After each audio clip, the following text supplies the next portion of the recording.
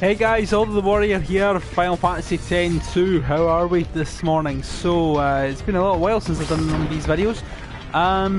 Just been doing a lot of grinding and building up our sphere levels and, well, not our sphere levels, that's a Final Fantasy X reference, but dress spheres is what they are in Final Fantasy X-2. So everybody's, everybody is, if it's got a crown, it means it's fully mastered. I've just got Songstress and Psychic left to do, because I've done Black Mage, White Mage, and Thief and Festivalist. It's just Psychic and Songstress to go. But in the meantime, let's carry on to the next mission. So, the last video we were in Besaid, we comforted brother, and there you go. And we established he's got a bit of a thing for Yuna. So, we found some waves in Zanarkand, but what we want to do is there's a mission in Luca. We want to go to Luca first of all. So there we go. Luca, the city of pleasure. Yuna hungry crowds packed the stadium, but did they get what they paid for? The true story behind the music. Let's go and check that out.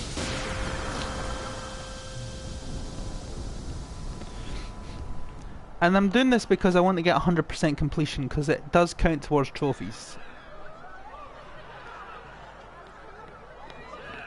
Lady Yuna! Your concert was incredible! Would you sign this, please? It's brilliant how Single file, no pushing. there's a direct reference between that scene there, at your service. and at the same time, it's between this game and remember it happened right at the start as last time. Just an imposter. It was an imposter. The whole mess started with the garment grid. Mm-hmm. That's the invention that lets us harness the dress sphere's power. Yep. Mission time. Retrace Yuna's steps during her imposter's concert in Luca. The truth is out there. Find it. Learn the whole story behind the imposter.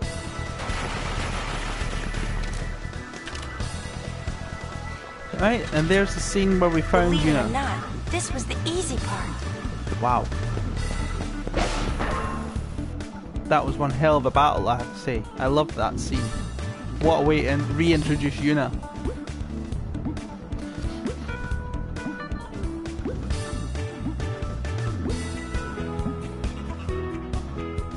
We chased the thieves all the way to Luca, but when we arrived...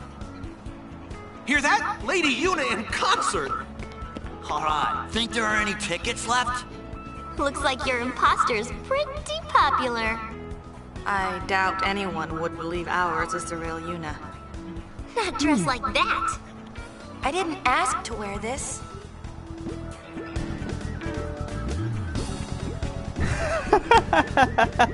Dressed as a Moogle. Shall we finish this before Yuna passes out? We'll be back in 2 shakes, so be a good Moogle, you hear? KUPO! The plan was to sneak into the imposter's concert and recover the garment grid. Yeah. If I went in, our cover would be blown, so it was up to Riku and Pain, which left me with nothing to do but lay low and wait. And that's how I got stuck with the Gullwing's prized garment. I complained, but Brother's orders are still orders.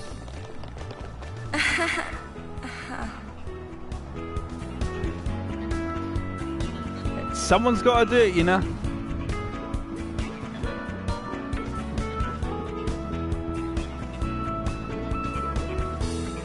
You're funny, Giggle. Don't eat me. I'm a Moogle, for crying out loud. Ah, Youth League or New Yevon. This is it's quite interesting. I'm going to be training right here in the steps till season starts. Right, he's talking about Blitzball, no doubt. Woohoo! Someone's excited. Right, so I want to go back down there, I think.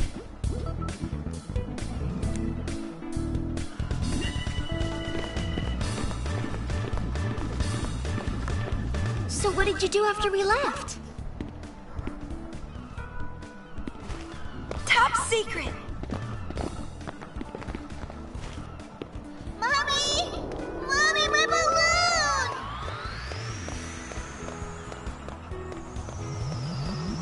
So what we're seeing here is that when she's dressed up, you see the flash what actually happened back then. At the moment, what we're seeing is the here and now, after the concert.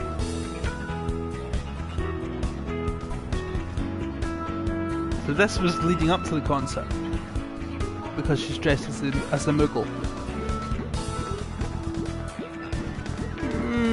What do we think, guys? Does Yuna make a good Moogle, or? You, get over here.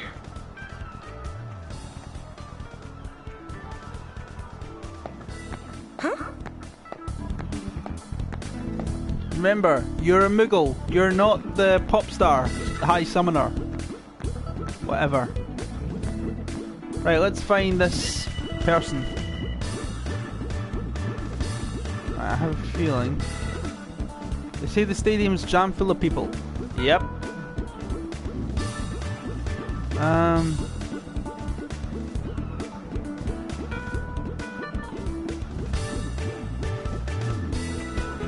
Where is that guy?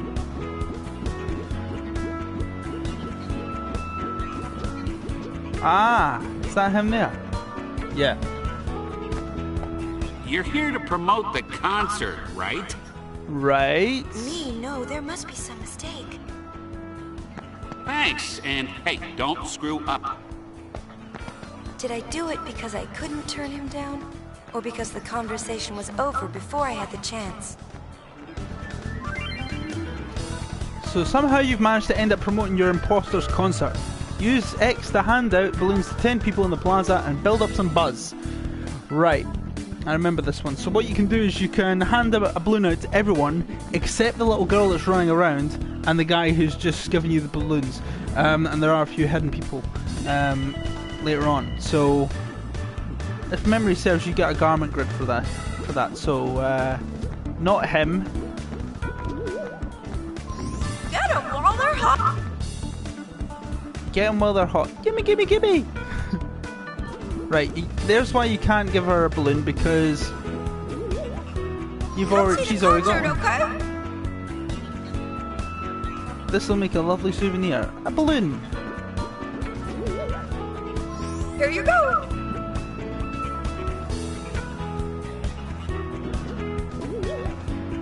Don't forget to cheer!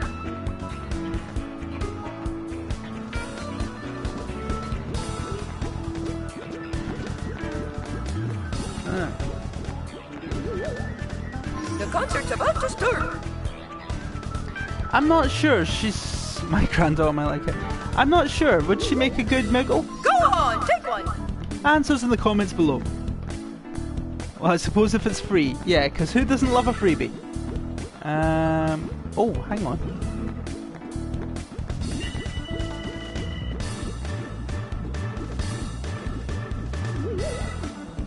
It's a really nice balloon. Filling codes is a pain. Alright, I'll take one.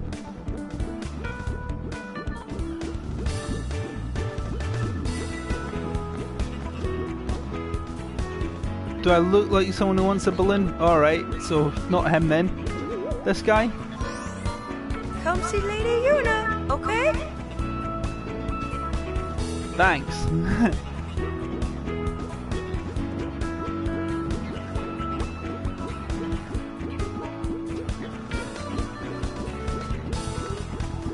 So I think the key here as well is to find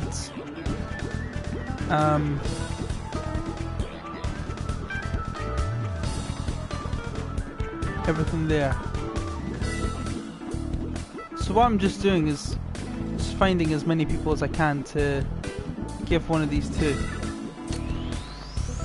Ah, so there we go.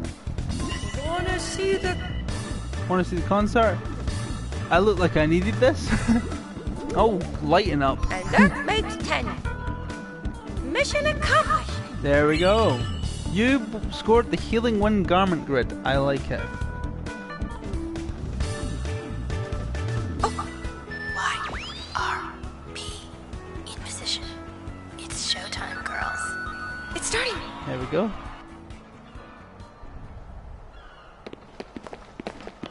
The place was packed with people dancing! You think LeBlanc was enjoying herself? Until she got hurt. I like how I like her approach. Does she look that much like me? Hold it. The concert's sold out. You can't go in. I can't? Definitely not. Go on, get out of here. Thanks, Wedge. Hey, we got some gate crashers. Must Or be is that those Wedge? spear hunters. Let's move! Yes, sir! Maybe not. Oh no. I hadn't heard from Riku or Pain, so I didn't know what to do. Hold still! It's me.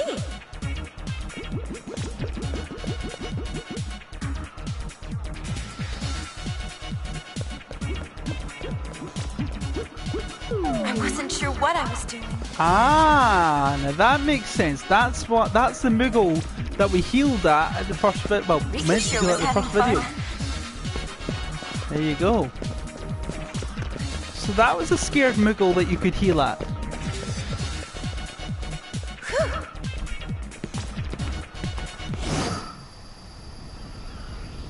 Oh, it's Logos.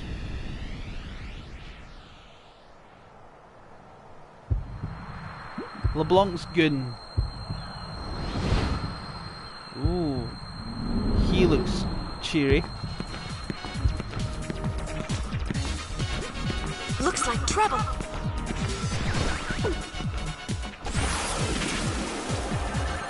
Here we go. Ugh, finally. Time to kick some butt.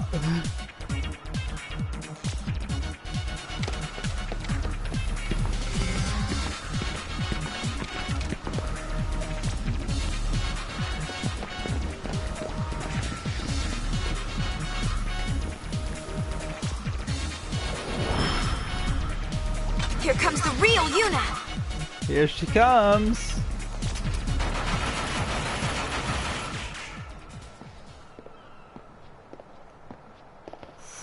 I was just about to finish him off, but then you showed up and stole all the fun. I guess I was so glad to get out of that thing that I went a little nuts. That explains the dancing. Yuna's dancing? Where? I am there! Listening close enough? You're such a pervert, brother. So, this is my life now. We travel from place to place, and the days just seem to fly by. But sometimes, I find myself stopping. I'm listening for your whistle. Your whistle. That'll be the whistle between Yuna and Tidus. Whistle and I'll come running. That's what they always used to say.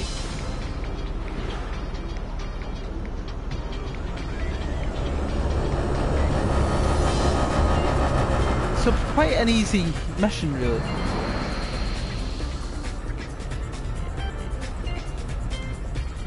So we want to head back on board. If a Riku imposter ever shows up, do I have to dress like that? Yes! I think you should, Riku. The Gull Wings Prize garment, that couldn't have been fun. Yeah, you try wearing that. Right, brother, what's he got to say? Oh, he's not saying anything different. So yeah, you don't have to just go to all the hotspots. Go to other places, like Zanarkand if you want to, but we're not going to go to Zanarkand yet. We're going to go back to Luca. It may be off-season for Blitz, but there's sure signs of another sport taking root in the streets of Luca.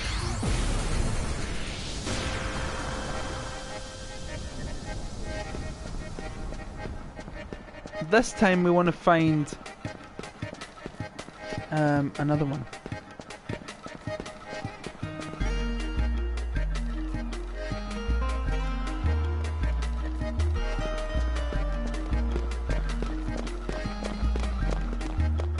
Okay.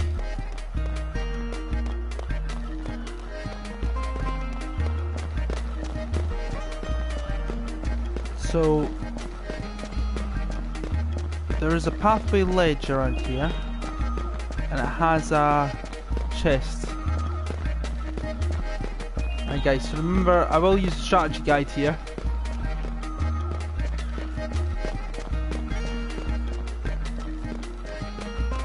It's because I just want to get the 100% completion.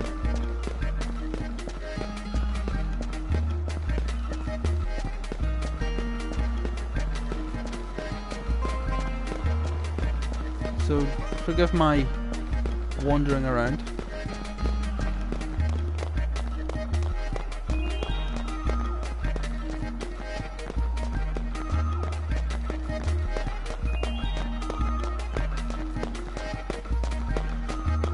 Unless it's around here.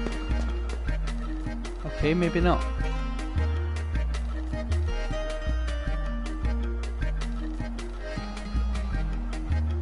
Ah! There we go. There it was. Lunar curtain times 2. That's always a good thing to have.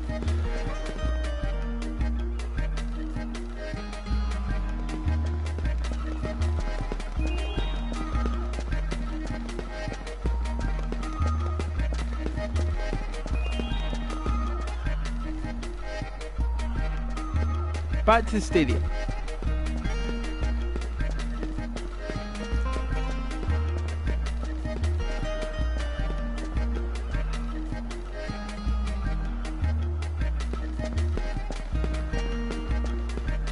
Right, now we're going to go back and go down the stairs. Back to the locker room where we had Besaid.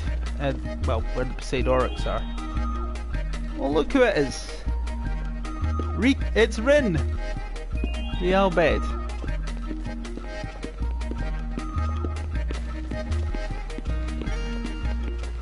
Ah, the Lady Yuna.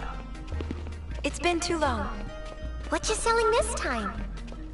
Entertainment. Lady Yuna's calm has given the people of Sphera time to relax and enjoy the finer things in life. What better time for me to introduce Sphere Break? Sphere Break. I remember this game. I hated Luca it. will host the inaugural tournament. You are more than welcome to compete if you like. Should we? Yeah! Ask around if you would like to know the rules of the game. Idem Hak Desa. Albed Primer 12. 22 rather. What am I talking about? Now in there was the Besaid Oryx locker room. I'm learning to play Sphere Break 2. Maybe we'll play someday. So I use a coin to break the core. Right, okay.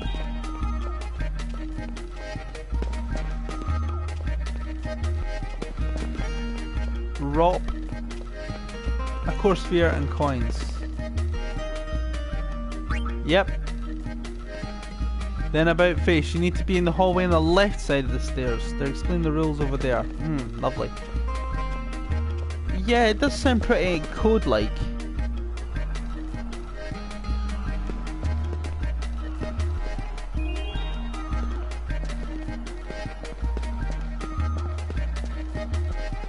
So let's go and find out the rules, because I don't think I did this last time. And let's go and ask this dude here. The wondrous world of Sphere Break awaits. Do you have any questions about Sphere Break? So this is where we can find the full rules. So what is it? It's a brand new game brought to you by Lord Rin. Lord Rin is as in of the Albed. Game requires coins and a core sphere to play. But to get started, all you'll need is some coins.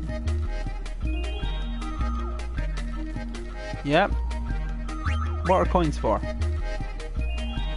Put it simply, in Sphere Break, you use coins to defeat your opponent's core sphere. Each coin is marked with a number, 1 through 9. Combine the numbers to defeat the core sphere. There are many different kinds of coins, of course. Some kinds of coins are probably still waiting to be discovered. To succeed at Sphere Break, you'll need to find these coins and grab them.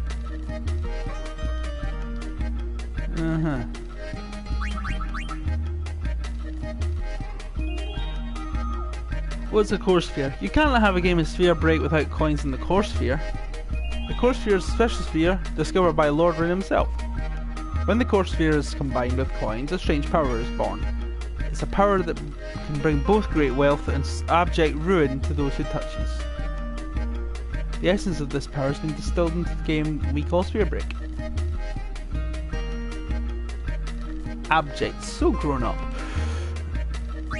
So tell me what the rules are. Enough with all the small talk, onto the rules. So I got 5 Helm coins, 5 Zervan coins, 5 Coyote coins, 5 Flan coins. You can play my practice core sphere until you get familiar with the game.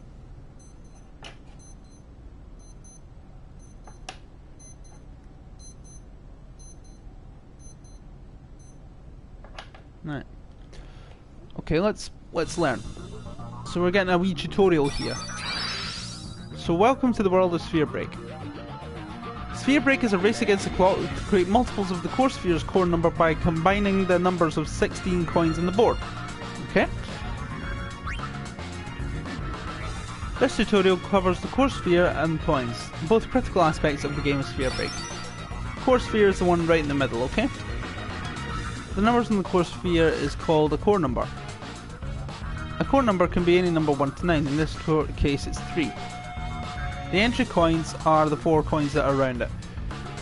They're central to advancing the game and must be provided by the player.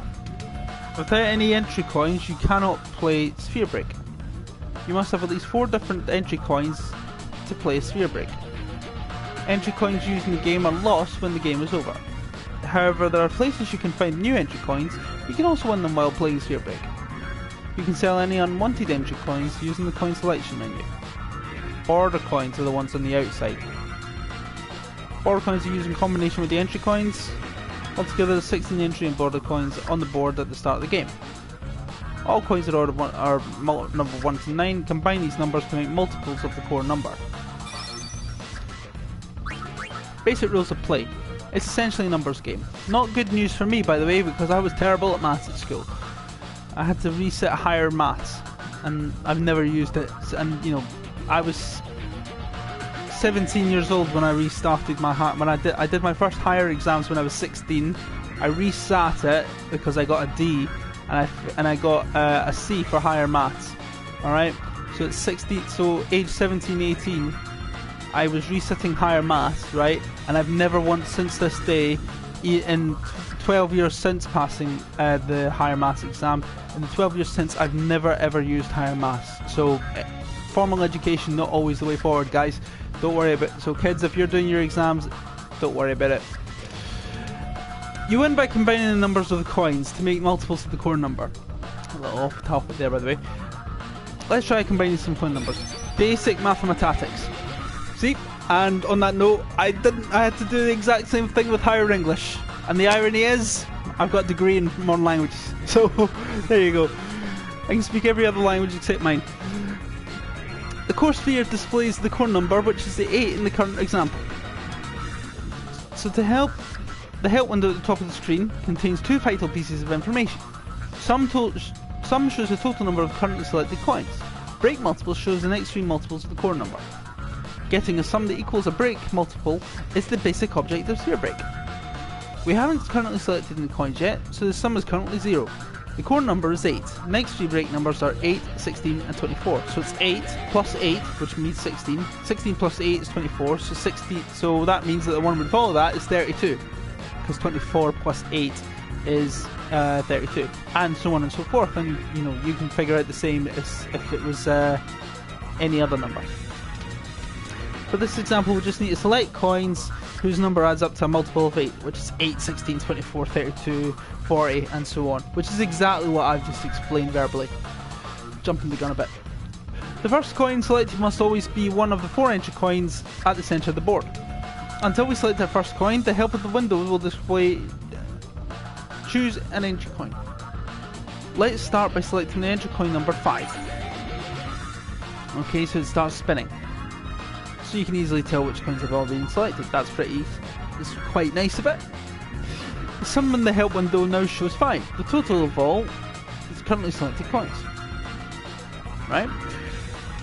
once selected, the coin remains selected until the end of the turn. So there's no point. So there's no change in your mind. So if you hit a coin, you have to go with it. It's a bit like if you play chess and your fingers brush against a piece. You have to go with that piece. Or certainly that's how I learned to play chess. Now that we've selected our first coin, the message in the help window changes to choose another coin. So the rest of this turn we can freely choose from either entry or border coins. So now we have a sum of 5, and the next 3 break multiples are 8, 16 and 24. If the sum were to increase by 3, it would become 8, 5 plus 3 equals 8, one of the break multiples. As luck would have it, a border coin numbered 3 right here, so let's select it and see what happens. The sum is now 5 plus 3 plus 8 equals 8, which equals the break multiple. So what you want to basically do is use as few coins as you can. You've got to go with one entry coin regardless, alright? Then the idea is you want to use as few border coins as you can, or as few other coins as you can, so that you get the break multiple that is highlighted there.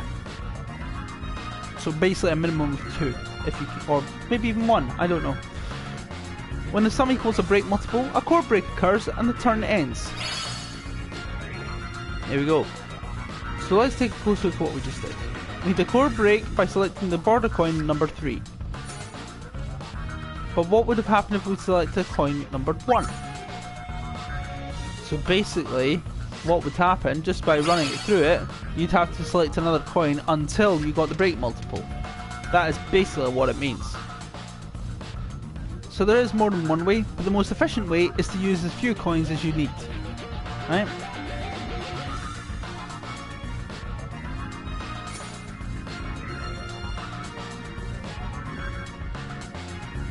So if the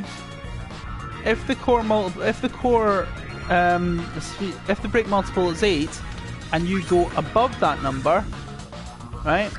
So essentially, if the break multiple was 8 and you had to go you picked a coin that took you above that number, so in this case you chose 6 instead of 3, right? You've gone over that number. So it would go to the next break multiple. It goes to the break multiple beyond that one. Right? So the next 3 break multiples are 16, 24 and 32. So let's try and find a core break for 16. So what we need to get 16, because currently the sum is 11, we need 5 to get 16. There you go. Pretty straightforward. We've made a core break. So you can aim for any number shown as a break multiple to make a core break. However, carelessly using a large number of coins is not to your advantage, which is basically what I've just said. You want to preserve your coins so that you don't run out. Right? And if you use a coin, it disappears. You can't use it again. Entry coins, on the other hand, will not disappear. So you can use them to your heart's content, but, you know, border coins, when you use them, you use them. However, they come back after a few turns. But don't put yourself at a disadvantage by not being able to use them. Use as few as you need and go for it. Border coins only remain on the board for a limited time. Each turn, the numbers in the border coins increase by 1. Right? So at the end of the current turn, border coins numbered 9 will disappear, regardless of whether or not they are used to making a core break. So be careful. That is basically how you play it. Sounds like a lot. Let's have a look at some turns. So the first turn. A series of turns, and you can see that the quota there, you know, turn related information is shown in that upper left hand screen. Right? You can use, so this says it's turn 1 of a 15 turn game. So it's 1, so that says how many turns there are in the game, and that's how many turns you're allowed. Use as few turns as you can. So 5 and 1. That's 1 turn. You want to meet that quota within the turns. Alright? So you want to score 20 you want to have 20 core breaks. Right? The equivalent of 20 core breaks within 15 turns.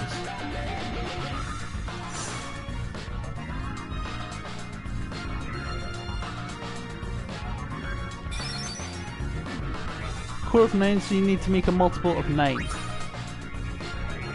So we'll make it 5 and 3 and 1.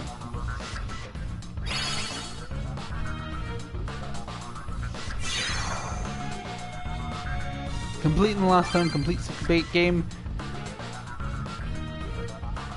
There you go.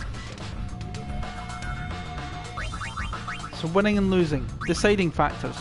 I know this is a lot of bumps to go through, but it's a game that I've not actually understood fully in the full mechanics of it. So I'm going to go through it. Various conditions that determine the outcome. If you win, you get various prizes. Right? This is a little bit like Triple Triad from Final Fantasy VIII in a way, but not exactly the same, if that makes sense. Right, you lose 4 entry coins if you lose the game, and you don't want to lose coins. Bottom line. A single chord break is not enough to win a game of Sphere Break. You need to make many chord breaks as you advance through the final turn. If you're playing a 15 turn game, you need to make the quota by turn 15 in order to win. Right? If at any time the player is unable to make a chord break with the available coins, the immediate game is lost. Right?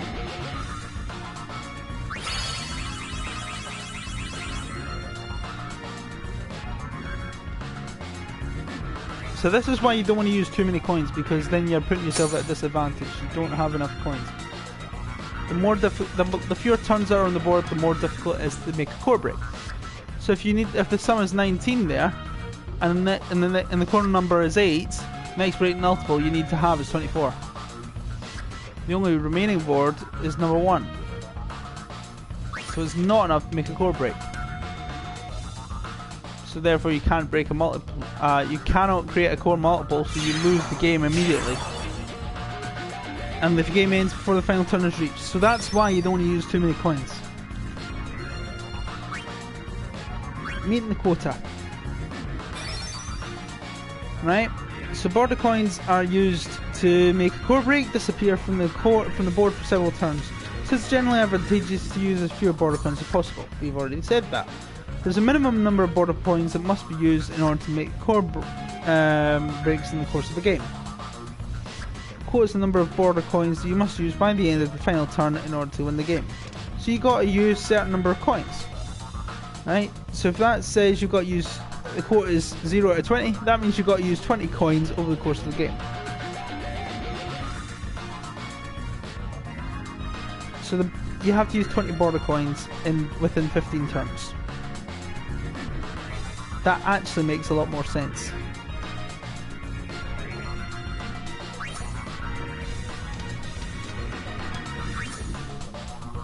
So for every border coin, that's the grey ones on the outside that you select, you get, that counts as 1 quota. Right? Now, basically the quota is for border coins, because the border coins are the ones that disappear. If you're going to use the entry coins, so that's the golden coins that are spinning in the circle near the middle, you do not get a quota point. Alright? But you can still use the entry ones to get a core break. Alright? So remember that making core breaks using only the entry coins will not help you make quota. As soon as the quota is met, the player that immediately wins and the game's over. So if you're on turn 12, like this time you're on turn, it's the 12th turn, right? And you have actually met quota before turn 15, game is over. You don't need to do, there's no turn 13 because the game has already been won. So the idea is to make quota by the number of turns or before. However, on the other hand, if the quota isn't met by the end of the final turn, you lose.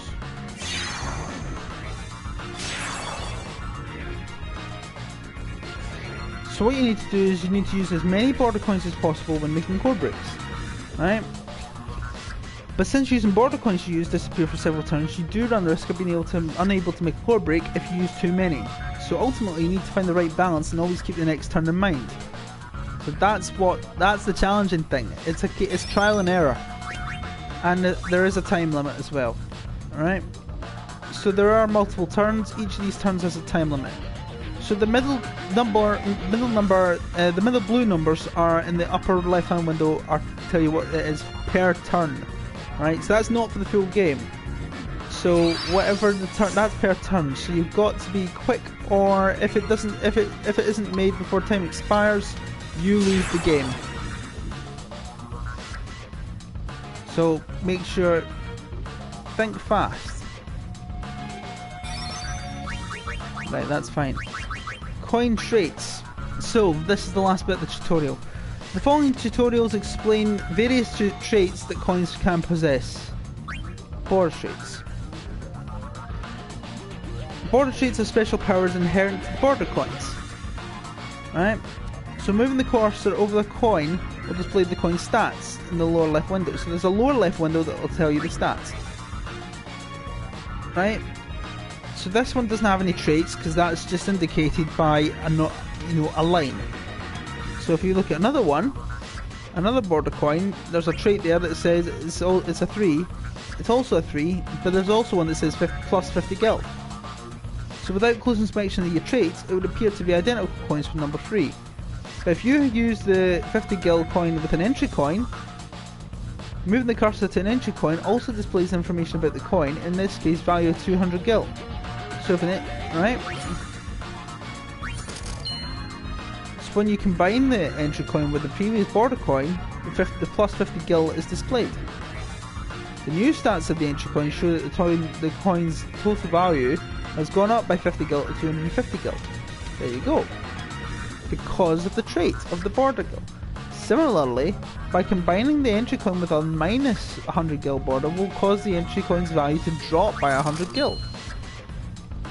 Like you see there. So combining entry coins with the border coins that have the plus coins or minus coin traits will cause your stock of that entry coin to rise or fall. Right? So there's how the traits can affect the stats of the entry coins when they're combined. Use them wisely to alter your entry coins to your advantage and come out on top. Remember that border traits only affect the stats of the first entry coin selected each turn. So that basically means if you select an entry coin, select a border coin and then select another entry coin, it's only going to affect the first one. So there are more border traits than the ones that discussed in this tutorial, but we'll leave those for you to discover and figure out on your own. There we go, there's border traits. And entry traits, we kind of gone over that already, but let's just look at it. Entry coin stat includes special traits such as quota times 2. These are called entry traits. That's interesting. So, there's the one that has a quota times 2 trait to start the turn. Right? We selected one border coin. Right? Normally this would only give us 1 point towards quota in the upper left hand window. However, since we're using an entry coin with quota times 2 trait, we get 2 points award on the quota, like you see there. So a quota like that, so if you use a coin with a trait such as quota times 2, it makes it easier to meet the quota within the number of turns. There are many entry traits and the vast majority are advantageous to the player. Many fierce opponents cannot be defeated without clever use of these traits. Remember though, not all entry coins have traits. There you go. So use traits to be smart. And that is... oh, we've got one more. We've got echoes. The following tutorials discuss echoes for the advanced sphere break technique. So coin count echoes. When making a core break, you use the same number of coins used in the previous turn. You receive a bonus quota points, making it much easier to meet quota. This technique is called the coin count echo. If any of the 4 entry coins you choose to begin the game have the C count echo trait, coin count, as you see there, that will appear in the middle of the left hand window, as you've seen. The top number is the number of coins you used to make a core break in the previous turn. The bottom number shows how many turns you've successfully echoed in the coin count. So currently both numbers are 0. Alright? Let me just have a look at that.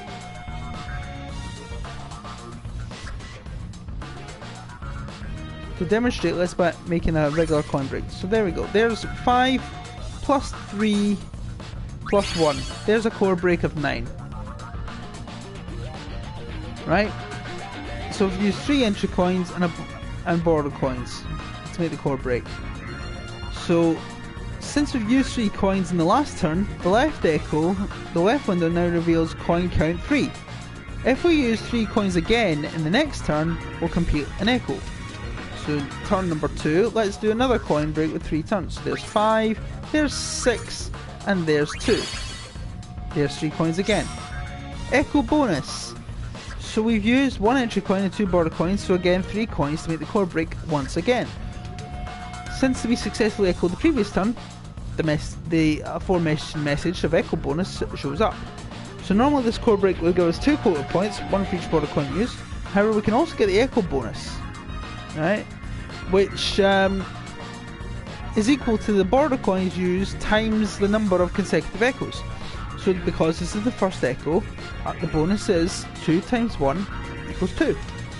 Right, now I get this because I didn't understand this last time. The echo bonus is calculated with the number of border coins used to make a core break. So you won't get any more bonus coins at all, if you don't use border coins. So if you make another border echo and then next turn, echo times 2 using 2 border coins, the echo bonus will be 2 times 2 equals 4. Right? Keep echoing using 2 border coins and your bonus will climb to 6, 8, 10. The longer you can keep it up for, the higher the bonus. However, if you fail to make an echo, and the count will drop back to echo times 0, and you'll have to start again. So it's a bit of a gamble. So, core break. So if we made this core break with a total of 3 coins, we would have made another echo, but we only used 1 this time. Since we failed to make another echo, the count is now returned to echo times 0. Our core break used 1 coin. Now the window displays coin count 1. So if we want to try for a coin count echo next turn, we'll have to make a core break using 1 coin. This concludes the coin count echo tutorial. This makes a lot more sense because I didn't get this last time and that's why I kept losing. Multiplier echoes. When making a core break, if you use the same multipliers used in the previous turn, you receive bonus quota points, making it much easier to meet quota. It's called a multiplier echo. If any of the 4 entry coins you choose to begin the game with have multi-echo trait, multiplier will appear in the middle left window. There you go. Top number of the multiplier used to make a core break in the previous turn. The bottom number shows how many turns you've successfully echoed that multiplier. Currently both of them are 0. To demonstrate, let's make a core break. The current core number is 2. Bang and bang. There you go, there's 2 coins. So, we made the core break with a sum of 8. 8 is 4 times this turn's core number of 2, so if our core break is on the next turn also has a sum that is 4 times the next core number, we'll also successfully made a core multiplier echo. Let's try and make another core break with a sum that's 4 times the core number. Right, okay. So, 4 times 3, because the core sphere is 3, 4 times 3 is 12. The last time's multiplier was 4, right? So we need to make it 12. So 5, 6 and 1. Core break. We've made a core break with a sum of 12. Since we successfully echoed the previous turn, echo bonus is displayed. The bonus equals the target multiplier times the number of consecutive echoes. So in the same way as you've echoed the bonus, instead of a core echo, a coin echo, an echo bonus are the same. So if you use the same number, so the idea is, if I use the same number of coins each time, the same number as border coins to make an echo, I get a bonus. If I make a multiplied, if I do a multiplied number of the core sphere, so in this case 2 times 4 is 12. If the core sphere is 2 and I come out with 8, which is 4 times 2, if I then do 4 times 3, that's the same multiple as the core sphere, which brings it to 12. Then that's where I get the bonus from. And the more I keep that going, the bigger the bonus. Got it. Right, I'm gonna win these now. I'm gonna start winning these. Right, there we go. Exit tutorial. I'm pretty good at this, so let's have a little shot at this. Right, okay. Okay, maybe not going to have a shot at this just yet. Right. Lovely. Okay, so the point of that is that, you know, you'll get, you know, you'll get the chance to play that later on.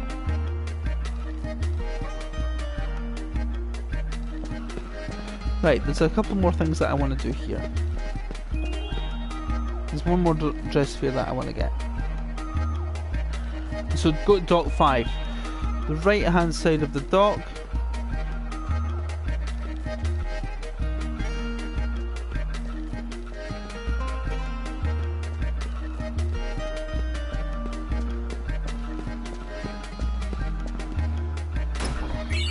Thunderspawn garment grid. There we go. And that's all I really wanted to do for this bit. So I've got 2 new garment grids. I've got Healing Wind, which is imbued with the power of healing. Now, and Thunderspawn, Thunder of Lightning, so that can teach me Thunder, Thundara, and Thundaga. What I also got from playing the Christ, what do you call it? The Fiend Arena, I got the Abominable one by beating the Grand Cup hard. So there we go. That's why I've gotten so stronger with my characters. And that is really it. So that's all we're going to do in this ultra long video. So thank you very much for watching this video, guys. If you liked it, be sure to give that like button a smack. Don't forget to subscribe, hit the bell icon for notifications of future videos. I'll see you next time where we go into the next part of the game. Take care, guys. Bye bye.